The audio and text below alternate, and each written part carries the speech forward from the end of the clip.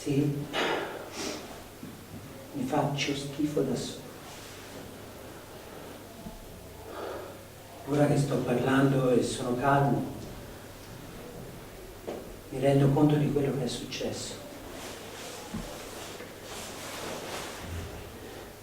E mi faccio schifo da solo al pensiero di quello che ho fatto. Il problema è che l'ho fatto. E non ci sono scuse. Ma se voglio ne trovo. Ne ho 100.000 di scuse.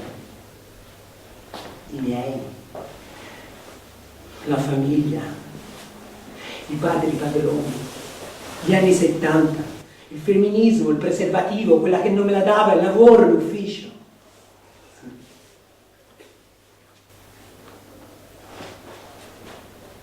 Io ho vissuto solo per vederla morire. Solo la morte avrebbe messo fine alla sofferenza. Ho sperato, ho lottato, mi sono compromesso trasformandomi in un mostro pur di raggiungerla. Ma chi dovevo essere per mettermi l'animo in pace, Un assassino? Un suicida? Oppure una persona normale?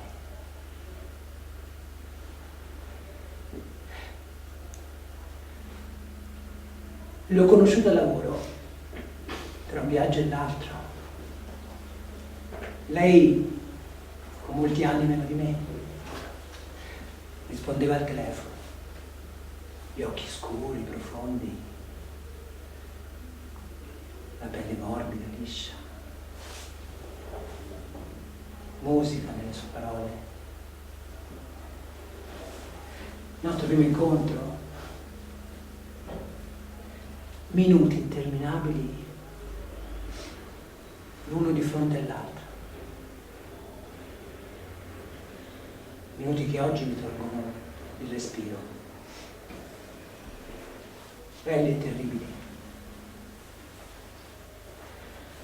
Ne sapore ancora la memoria. No, non ci siamo frequentati da subito. Lei mi ha studiato, anzi, mi ha osservato a lungo. Un giorno tornato da Roma gli ho chiesto: che fai stasera? L'ho baciata dopo il dolce sapore di millefoglie al caffè. Non lo dimenticherò mai. Lo voleva quel bacio.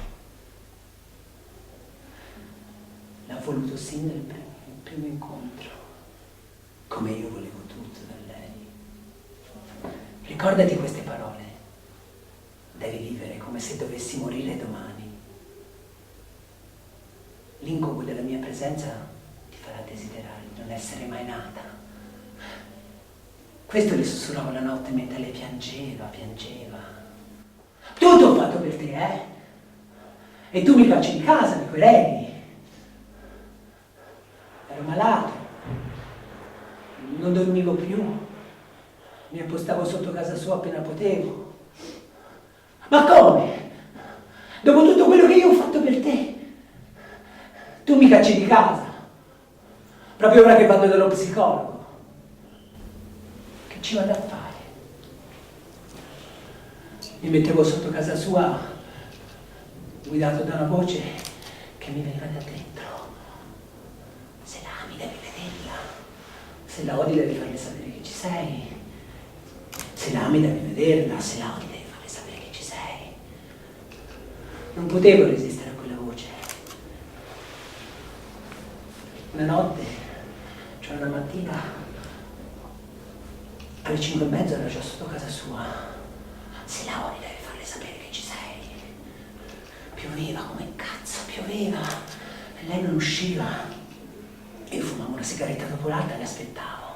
E dai, esci. La voce da dietro ora mi diceva, che cosa ci fa lei qui? Non me l'aveva mai detto. Mi volto in effetti, non era la voce da dietro. Erano due uomini che mi ripetevano, che cosa ci fa lei qui?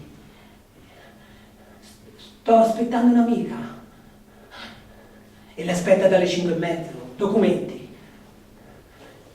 E lì scopro che sono due carabinieri in borghese. Venga con noi. Dove? Dopo pochi metri, svoltando l'angolo, mi ritrovai davanti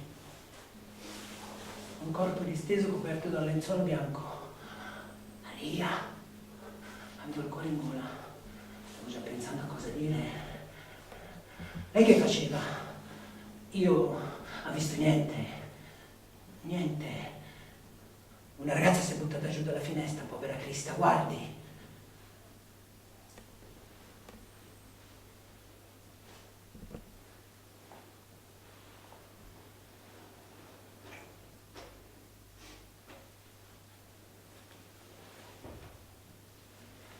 Il volto di una ragazza che non aveva niente a che vedere con Maria.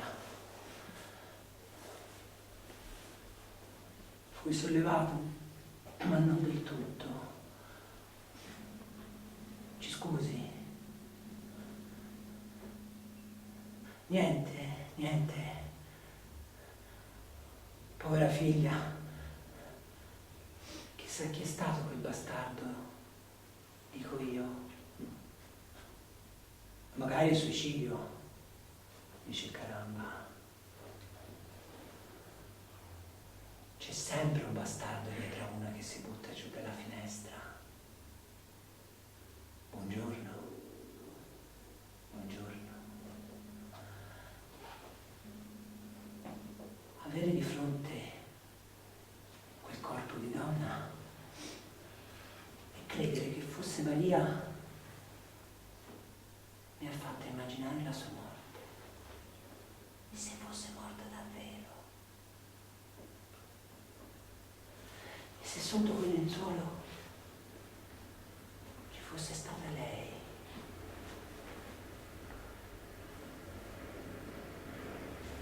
Sollievo, liberazione, la voce di dentro ora mi diceva che solo con la sua morte aveva trovato la pace.